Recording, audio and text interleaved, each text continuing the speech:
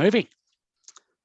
So, ladies and gentlemen, welcome to the next instalment of the Quantum Leap business show. And for this period, it's a little bit different. This is a Dragon's Den style event that's going to be led by our maestro introducer and framework host, Mr. Jake Shaw, my friend of some time, who we've done some interesting business together. And we're joined on the show today by 4 of the Dragons. Sadly, one of them is tied up and can't make it on the call today, but they will be available for the future events. So we have Alex Clapcott. Alex, so there he is. And Alex, if you can just unmute and just give the people on the call and anybody that's looking to pitch, because we'll be recording this, so giving you some pitching tips. Alex, just give us a quick background on your expertise and what have you, so the people have some idea of who you are and what you do. Okay, thank you, John. Pleasure to be here today. So, yeah, my name's Alex Clapcott. I've been an entrepreneur since I was 18, worked with hundreds of businesses in different industries, and now currently help my wife with her business. She's got a couple of nail salons and a training center, and I am heavily involved in cryptocurrency and the whole sort of blockchain space, and a football business. We have a player intermediary license, which means we can buy and sell professional players. I'm involved in a property business, and a few other things that I usually can't remember. So yeah, just a lot of good experience in the SME sector over a long period of time. Thank you. Thanks, Alex. And Sunny, can you just introduce yourself and then just give the audience a little bit of a scope as to what happens after this event, that sort of thing, because Sunny is our PR expert, and we use Sunny's company. It's a well-known PR company. So Sunny, over to you. Thank you, John. So I'm Sunny Bird, and I'm the founder of Sunny Bird PR, but I also own my own fashion brand, The Perfect Dress Company. I think perhaps the different thing with me, with other entrepreneurs, I've worked with many different brands in many different sectors. So as much as you might have like one area of expertise, I've tend to work with lots of brands, from startups to big international companies, like who want to get bigger, and startups who want to scale up. I also used to own a retreat business, which turned £1 million within its first year, and we sold it after 8 years. And it was Europe's largest weight loss boot camp. So I've done lots of different things. When this pitch is over, so we're doing our pitching after this event. So you're going to be going in front of us Dragons, pitching your business, your product, your brand, and what you want to do with the business. And then the 6 people are going to be chosen from the applications that we've already got. And then 2 people from that pitching are going to go through to the finals that are going to be held in January. And out of the lucky 2 people, one person's going to walk away with £100,000 worth of support and BBX currency. So it's really exciting. It's a great thing to really help you either launch your business or take your business to the next step. And there are the Dragons that we've chosen to work with. We're all very, very different. So we're all going to bring something different to the cake, so to speak. So it'd be really interesting to see like who you're interested in working with and why. Thanks, Sunny. And Shika, if you can introduce yourself, please. Yes, so I'm Shika. So I have a couple of different businesses. I mainly run Elegant Clinic, which is a beauty clinic, so with a few locations. So I've got Camphor Cliffs, Southampton, Bournemouth, and another one coming up. So that's all a bit sort of tight-lipped at the moment. And then we're doing quite a few different things when it comes to Elegant. So I also run a lot of pharmacies. So with the pharmacy side, we have the NHS sector. We're now running a private COVID clinic, as well as the NHS COVID clinics. So we have my sort of scope of being one of the Dragons. Right, how are we getting on with the appointments? Sorry? Someone's just, there we go. Yeah. There we go. Yeah, no, one of the things that I quite like is the idea of bringing the health sort of sector into sort of like being a sort of part of a business. So we're actually running it alongside. So I know how to take businesses that run alongside having to do sort of public health, NHS, and then also taking the private factor as well, so into it. So yeah, we've got a couple of different clinics, and like I said, my speciality is aesthetics. That's mainly what I do, but we also do the health clinics, the slimming clinics, as well as the beauty clinics, and then, like I said, as well as the pharmacies. Thank you. And the missing dragon, for those that you have just joined the call, is Santosh Misra. And Santosh runs 16 different businesses of all shapes and sizes, from events through to web design, and runs successfully the Digital New Age Expo. So Santosh has a variety of different business interests. He is a true serial entrepreneur, and I know that a word is bandied about a bit with it doesn't quite fit some of the time, but in Santosh's case, it certainly does. So he's just for the benefit of everybody, he's had some problems with his PCR test trying to get on a flight back to India at the moment, but he'll be joining us in January. And then the missing person in all this jigsaw is yours truly. And for those of you who have not run across me before, I helped start the BBX concept 32 years ago. I've successfully sold a online platform for an 8-figure sum to a trade sale. And then that new business we took to public flotation. And I think the end value of that was about 34 million. So I've been in the space for quite a long time. I've also worked with some of the biggest brands in the world, and these names may be familiar to you. Coca-Cola, Lend-Lease Corporation, Microsoft and MLC Life. And they were the worst times in my life. And that's why I like being part of a small to medium-sized business community like you guys. So I've had experience in starting, growing, funding and exiting businesses of all shapes and sizes. In a number of different spaces. So the sign and print business, the media business, I've had an online and in situ newspaper that we ran. I ran a car rental business, and I've also done consultancy for dental practices and restaurants and hotels. And I think speaking around the world, my favourite topic is why 50% of people in business survive despite their best efforts not to, and the other half fail. And I've just written a new book, and you can read all about that at 7 o'clock tonight, where I'm going to be launching it. And that's Business Blunders and Bloody Great Ideas. So that should be of interest for anybody at 7 o'clock later this evening. So without further ado, let's hand over to our host and referee, and introduce yourself, please, Jake Shaw. Thank you, John. Hi, everybody. I'm Jake Shaw. I'm one of the founders of 12 Ronnies, which is a platform for pre-launch founders, which was set up by myself and Simon Chrisman. And it's one of the reasons why I know John, because we were horrified when we went along to an event where somebody from the Federation of Small Businesses smiled and said 80% of small businesses fail in their first 5 years. Like that was a good thing. It's a bit like saying 80% of surgery isn't successful. Would we accept that? Well, perhaps we shouldn't. So this is why I'm involved, because John said to me, we're going to do a pitching event. We want to help businesses grow. We want to help new ideas get out there into the market. So if you have got a business idea, and indeed, if you've already applied to this pitching event, we've caged these lovely dragons here. And we're going to ask him some questions. So if you'd like to put questions into the chat addressed to me, then I can add them in. We've got about another 35 minutes. So first of all, your first victim that I'm going to ask some questions for is, I'm going to ask Shika, if you could turn your microphone on. I'm going to want to grill you on a few questions as a dragon. Yep, no problem. Brilliant. So, Shika, when you first became an entrepreneur, when and how did you first pitch your idea to an investor? The first time was I had to sell myself. I went into I remember it as well, like really vividly. I was absolutely terrified.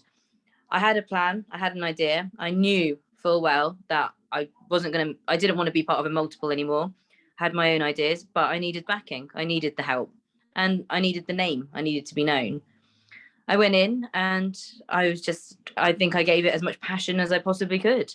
And shockingly, I got it. And I'd say shockingly, but it was well planned. It was well put together. And, I made it work. But definitely, I think what got me, and I say it even now, and I harassed him like to death. I remember literally, I mean, I was on the phone every day. He's like, no, he's like, we don't need anyone. We don't need a pharmacist. So I want this. I really want it. And even now, like 15 years on, like he still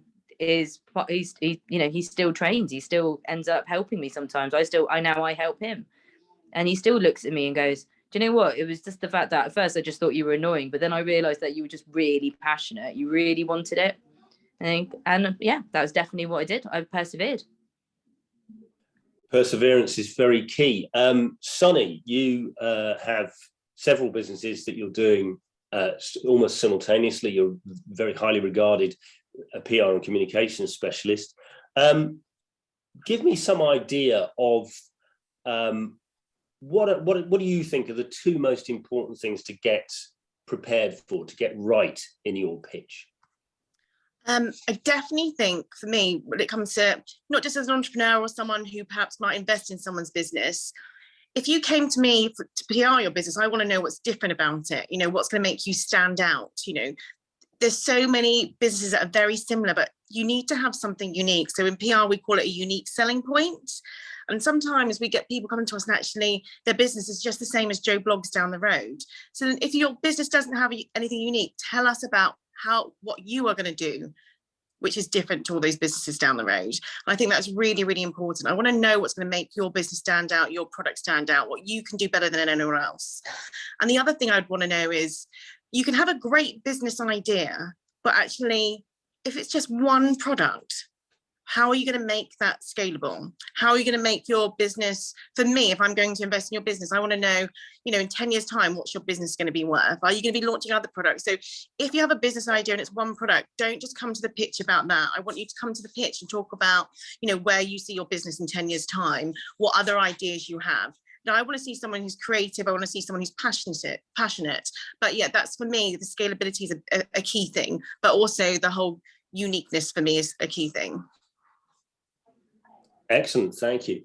And Alex, my question to you is, what do you think the key things are? You've been both sides of this equation, both as an investor and as you all have, but as an investor and as an entrepreneur. What are the key things that an investor wants to see, to understand in a pitch? Well, they need, I always say it's two words, clarity and simplicity. They want to understand the proposition very, very quickly. And then they want to understand the market opportunity. But also they typically, professional investors are looking at the team. So they're not looking at an individual who might be presenting or the pitch. They're looking at who they're investing in as a team. And typically I say to people, serious investors don't invest in one person. They usually invest in a team of a minimum of 3 or 4 people, because they're looking at the sort of strength across the whole senior team, not just the individual. Because I always say, what happens if that person walks under a bus? Then the opportunity is lost. Whereas yeah, I think serious investors want to invest in a management team, not in one person. So do you think you've got your team, you're going to have to actually do some fairly deep examination of, let's say, 3 or 4 people within your launch team? Who do you pick to do the pitch? The person that's the most passionate about the product, which is usually the person whose idea it was. So the founder or the person who came up with the vision is usually the best person to articulate it, because it's coming from it within them. They're not having to sort of learn something or rehearse it. It's kind of inbuilt. Yes, indeed. Sheikha, that kind of goes to your point about being passionate, but at some point you're going to have to actually put some facts and figures behind your pitch. So could you tell me how you did that in a pitching situation? Organized. You've got to be organized. You've got to take the wins and the losses. That's the thing. You've got to be able to be knocked down and get back up, and that's always the key at the very beginning. You've got to have your facts. You've got to have you've got to also think bad side as well as good side. I think that's always the key. And a lot of people, when they first start, yeah, absolutely, you want it to work, and like we said, we're looking for passion. We want it to work, but you've also got to take worst case scenario, be as organized as you can be about it. You mean like with the whole COVID situation, who saw that coming? I think, but you have to take you have to be able to take the highs and you have to be able to take the lows, and that's the key to it. Be prepared for a rainy day. But also you've got to be optimistic at the same time. Excellent. Sonny, let's talk about brand. Quite often you've got to get a good brand together. You've got to talk about what that brand means, what its values are, and things like, which becomes a communications piece.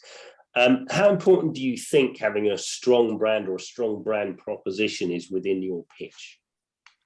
I think it's really important because it's a whole part of the package. As we're saying, it's not just the person who's pitching, the entrepreneur whose idea it is. It's not just the product. It's not just that team behind you. I think your brand is a part of the package. It creates the identity that someone's going to buy into. So actually, I do think it's really important, but I do think your brand image can change and grow. So it's something that you shouldn't be, have I got this right? Where's it going to be in 10 years' time? Because brands change and grow. But you should have an idea when you're launching a product or a service of the feel of what you're doing. And so you can create a brand from that. And again, there are lots of companies, and I'm a bit the opposite. You don't have to, pay really expensive companies to do brand identities for you. And this is something actually you can work on yourself. And I think it's key. But if you are someone who's not that way inclined, because you can have people who are quite creative and some people are like more numbers people, then, maybe get someone to look at that for you. Thank you. Alex, to you. When you're pitching, should you be doing the same pitch to every single investor, or should you be tailoring the pitch to the particular investor? I know, for instance, that there are obviously investors who are very, very interested in property, not interested in tech. Take me through that. I think, I think your present, you for whatever you're pitching for, you should have a pretty much a standardized presentation, but ultimately you would have a feel for what investors might be interested in particular things. So there are investor groups or VCs or private equity companies that are interested in particularly in tech, or some others, angels might be interested in specifically property. But I think that I don't think you can particularly tailor your pitch necessarily for the person that you're speaking to, but you might have an idea that they have an interest in the sector that you're hoping to go in. But I think it's there's people out there. I mean, there's a great book called Pitch Anything by Oren Klaff, and he is pretty much one of the world's leading experts in raising capital and formatting presentations. And if you've read his book, he has a method called the Strong Method, and I would recommend anybody looking to raise capital to get his book and to study his methodology, because he's one of the best in the world. So I tend not to try and learn all this stuff myself. I just go online, find out who the best people are, and go and study what they're doing, read their book, and then adapt that for my own processes. So there's lots of experts out there. It's very easy to go and find who are the experts in specific areas and go and learn from them. I'm a great advocate of that. Yes, use somebody else's homework, as it were. Absolutely. And staying with you, Alex, you've said about actually doing your research and looking into things. What in a pitch situation, what's the sort of thing that most puts you off when somebody's pitching? What is the most dangerous thing you can do that will ensure failure? probably over presenting. You know, a good presentation should be short. So probably 10 to 15 minute presentation. And you're not trying to sell the whole business in one go. What you're trying to do in a pitch is get somebody to basically self-qualify and go, yes, I'm interested in what I've heard, and I'm interested in talking to you further. So a pitch is just part of a qualification process and part of a investor journey that and it's the very first part. So ultimately there's, you know, probably 3, maybe 4 stages to a investment journey, and the pitch is literally should be short and sweet, and is designed just to get somebody to go, yeah, I'm interested in finding out more about that. So you don't need to throw the kitchen sink at it. Excellent. Sheikha, so you've done exactly as Alex has said, which is you've kept it short and to the point. How important do you think it is to actually be able to show market research and market fit and market? Sorry, excuse me. There's a dog trying to get in through the door here. You know, and actually that you actually have got a market to go into. You've tested your product. How important is that in pitching? I mean, it is important, but I wouldn't say spend too much time on it. As in, if you've got something you believe in and you've got a good product, you've got to believe in it. That I think that's more important. But that's kind of I can't remember if it's Sonny or Alex, which one of you said it, but that's kind of like the people bit, that you've actually got a team who's passionate and things like that, isn't it? Yeah, market research. I think there's definitely a place for it. Like I said, I don't think you spend too much in it. Okay. Just to remind everybody, we're open to questions. So if you want to put a question in the chat, then I can then put them to the dragons. Sonny, when you've been looking or listening to pitches and things like that, what are the best ways? I'll give you the opposite question to Alex. What's the best way to win? Being really clear what you're going to do with the money, like what you want to spend the money on, because if I might fall in love with your product, and I agree with like what Sheikha just said, like I've actually been to a few pitches and it's never drawn me in about the market research. It's what's drawn me in is like the product or the idea, like can I see that product or that business scaling? So for me, I think I'd want to hear from you what exactly you're going to do with the money, not like down to the 10 pence, but where you're going to be spending this money, how you're going to use it to grow your business. Because you can have a great product, a great business, a great presenter, a great team. Actually, if you don't know how you're going to use that money to scale your business, I'm not going to give you it. I want to know how you're going to use that money, so how I'm going to get my return back quicker. Myself back on again. So being clear and concise, let's say, for instance, I'm going to use this money to build our market share, build our audience through social media, something like that. Yeah, but then I'd want to know a bit more than that. So what do you think that's going to do for your brand? And also like so I work in social media as well as PR, and there's a way of building your social media and building social media. Like we can all buy thousands of followers. It's not going to sell your product. Actually, what's going to sell your product is building that audience and engaging with an audience. So if you said to me, right, I'm going to spend 30% of the money on on social media, I'd say, but what exactly are you going to do on social media? How is that going to build your brand? I'd want to go into it like that with you. Excellent. John Attridge wants to pitch a question or ask a question to you guys. So John, do you want to turn yourself on and let's have a listen? Yeah, so I've got a couple of things. I'm a devotee of Peter Drucker, having been shown by Alex Clapcott Peter Drucker for the first time. And Peter says that there's 92% of the people in the world are product-related entrepreneurs and only 8% are sales-led entrepreneurs. And yet the sales-led entrepreneurs are by far superior in their success rates in scaling big businesses. So like all of us out there, if you can't sell, you'll never, ever have a business. So if you have an idea that comes to you and you're dealing, 9 times out of 10 with a product related entrepreneur, how do you solve the selling side of your investment puzzle? Alex.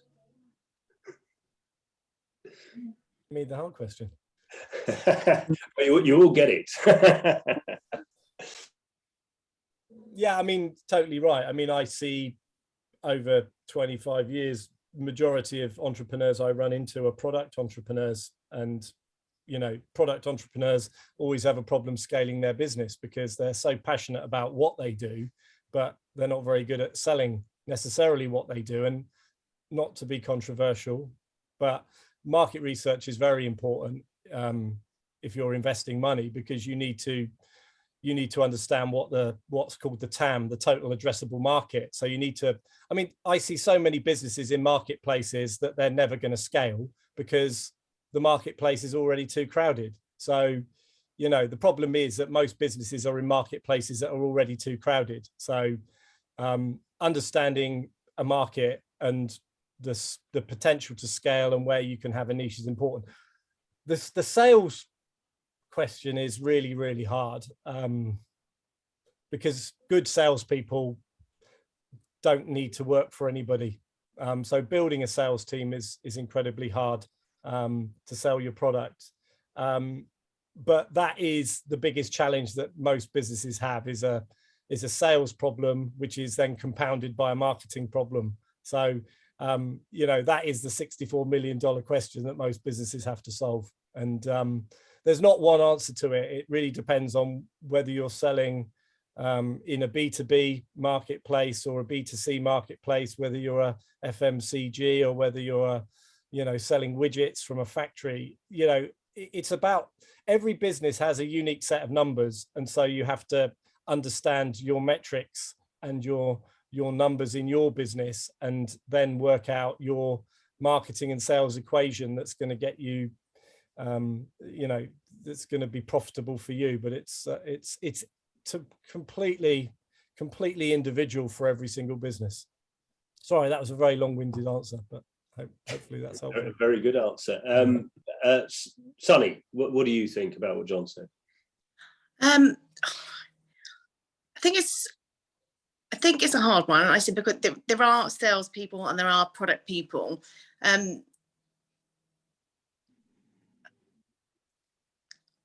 I think you need to understand like both avenues, and I agree with you. You can meet people who have an amazing product, but actually then they have no idea how they're going to sell it, or that's just not how their brain works. And actually I think marketing becomes before sales, because unless you get that message out there, you can't do the sales. So I feel like the marketing actually comes right before the sales. I think you need to be able to, in the pitch with us, showing, not just the passion about the product, but also your plan to market it. I think and if you haven't got that down, I think that's definitely something you're going to have to work on when you're putting your pitch decks together. Okay. I mean, answering some of the things that Alex said, if you're not good at something, as you said, Alex, if you've got a product person who's not a salesperson, then it's a good idea to get somebody on the team who is a sales guy, who does know how sales works. Now, when you're putting together your pitch deck, how many biographies, I'd like you all to think about this, how many biographies do you think you have to talk about? How many individuals do you think you have to talk about when you're going for an investor pitch? And I'm going to go to Sheikha first. Oh, again, that's a, yeah. So how many biographies? So if you're, let's say I'm a terrible sales guy. So yeah. I have within the pitch, here's your team. It might be a couple of founders, but do you also need to say who the rest of the team are?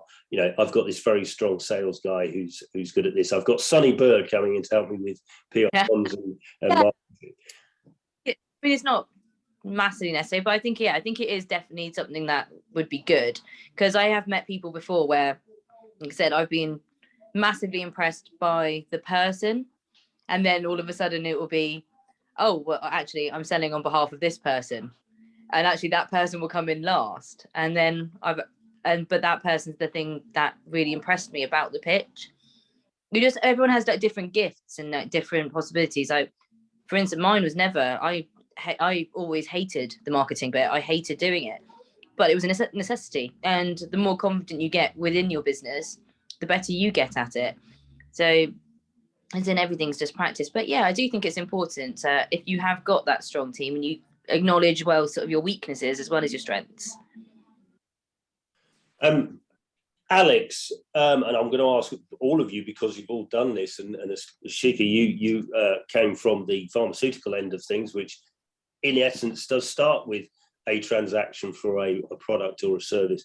How important is it that you've actually already sold a service or some goods in an investment pitch? Yeah, I mean, it's proof of concept, isn't it? It's like, I think if you're looking for investment after you've already successfully piloted your idea, then it would give any investor a lot of confidence that you have your ideas a goer.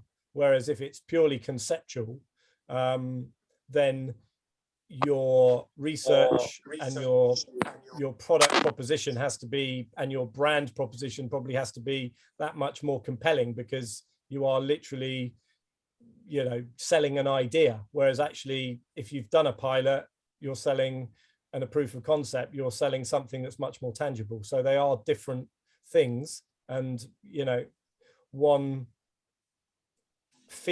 appears less risky than the other. Might not be true, but it has that perception. Sorry, Sonny, what do you think? I already got the track record. Sorry, they've already sold product or service. how important is it to? I actually don't. I think I'm definitely a gut person, and when a client comes in and they've got a new product, they come from very different stages. I have people who come from that very concept. They've got an idea. Sonny, what would you do PR wise for this? And then I have clients who've been established for years, and they come in and they want a new spin on what they're doing marketing wise. I'm a gut person, if I can see something, I think it's going to really work. I don't think I think it's all about the entrepreneur who you're, I suppose, pitching to, even though you're pitching to everyone, but generally there might be someone on the panel that you want to invest in you. And I'm a gut person. I definitely go with gut with a lot of things. And I definitely see clients come in our doors and I get really excited for them because I can really see their product or brand like really flying. And then you have other brands that have been established for years. And don't get me wrong, it's a safer option for any entrepreneur to be able to invest in a business that they can already see traction in. And then with the money that someone's going to invest, they can see growth. It's safer. But sometimes entrepreneurs don't like safe. They like exciting. And for me, I like things that excite me. If I'm going to invest my money in something and I want to work with someone, I want it to be exciting. Excellent, excellent.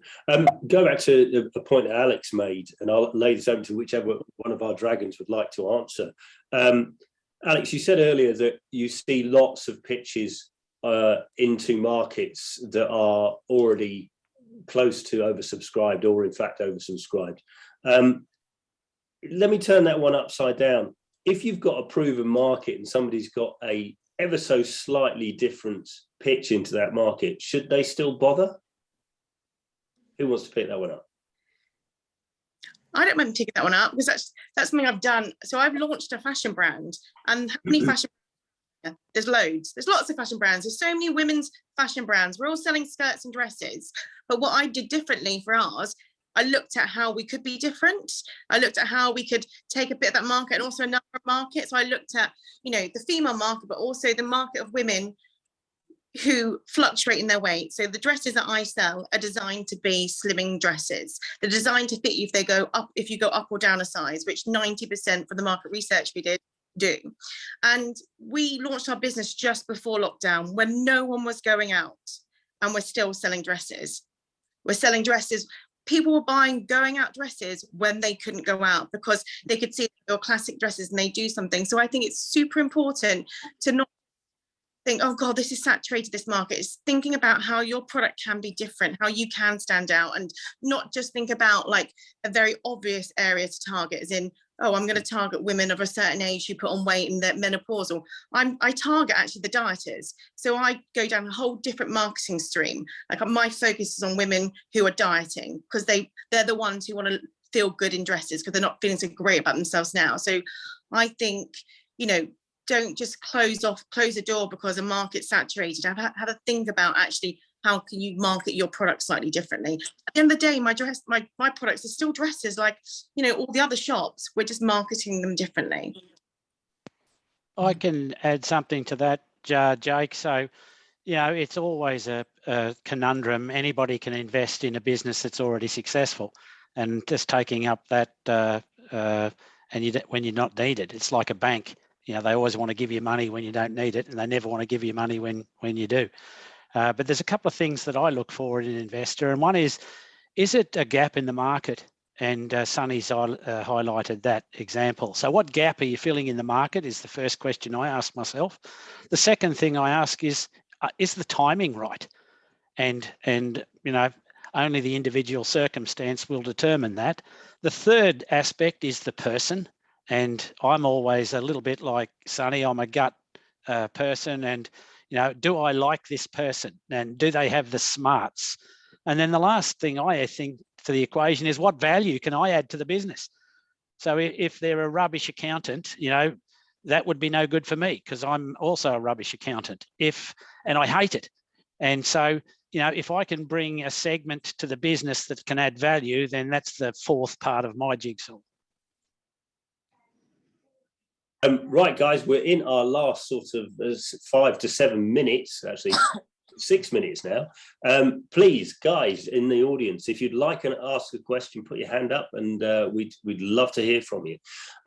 Going to your point, John, about you know, not being good at things and stuff like that. I mean, I was really interested in what the guys had to say about, you know, post a pitching event when you've pitched to somebody. What do? Do you just never talk to them again? What do you do? Who wants to pick that one up? I will. Okay, thanks, Sheik. Yeah, no, as in it. I guess it depends on what you see in the investor as well. Like, sorry, excuse me. As in, like I said, my first pitch I ever did went horribly wrong, and now, as in, like I said, he totally invested in me, and we're really good friends now. Keep going. So that's really interesting, because quite often you should maybe be looking to audition an investor, don't you think, Alex? You know, that you actually need to. Yeah, no, absolutely. I mean, there is, yeah, I mean, you can turn it around completely and you can look at the whole processes of I am looking for investment, but I'm trying to qualify the investor. Mm-hmm. So you can turn it around from that perspective. But you also, I mean, we hear a lot about customer journey, but you also have to think in terms of investor journey. So you have to be easy to buy from or easy to invest in. So thinking about the stages beyond the presentation or the pitch that you're going to go through, the dance that you're going to go through with a potential investor, and all the different stages that is. I mean, I helped a couple of guys raise 3 million about 7 years ago, and the dance between them and the investor, which I curated, went on for about 10 months and involved a whole lot of hand-holding on both sides and gradually bringing both those parties closer and closer and closer together till they were at the table ready to sign. And it involved some compromises on both sides. And I kind of facilitated that whole thing. And there were points at which one side wasn't prepared to compromise or the other side wasn't. And it was just a gradual, you know, sort of evolution. So nobody's going to invest a load of money on the back of one conversation, or it'd be very unusual if they did. It would have to be a very astonishing proposition for somebody to want to do that, because there's a getting to know you process. There's a whole process of rapport and trust and all those things, which builds up over, you know, people seeing consistent behavior over a number of meetings, if you like. Absolutely. I've actually myself, I'm not a dragon, but actually myself, I've just been through a 10-month process myself, Alex, for a pet nutrition brand, where we were talking to investors in the States, in Israel, in Australia, and each one of those conversations was entirely different in the sense of what the aspiration of each of those particular investment people were talking about. So to kind of get some wind up, let's a minute each for each of our dragons, starting with Sunny. 1 minute on what you would like to see in the pitches, and it could be anything you want, what you'd like to see up in the pitches, which are on the 17th of December. So go. So for me, I want to see your personality. A bit like John said, if I'm going to invest in your business, I want to know a bit more about you. Can I work with you? I want to know where your weaknesses are to see if I've got those links to help support you there. But I also want to know where your strengths are, so I know that actually I can rely on you to run with that area. For me, it's going to be, because my background's PR and marketing, I want to kind of know what you're going to be doing marketing wise. How are you going to get your business out there? Because that's so important. You can have the best product in the world, but if you can't show it to the world, how are they going to find you? The other thing I want to know is like how you're going to differentiate yourself on your market. That's going to be key for me, and what your scalability is. Was that 1 minute?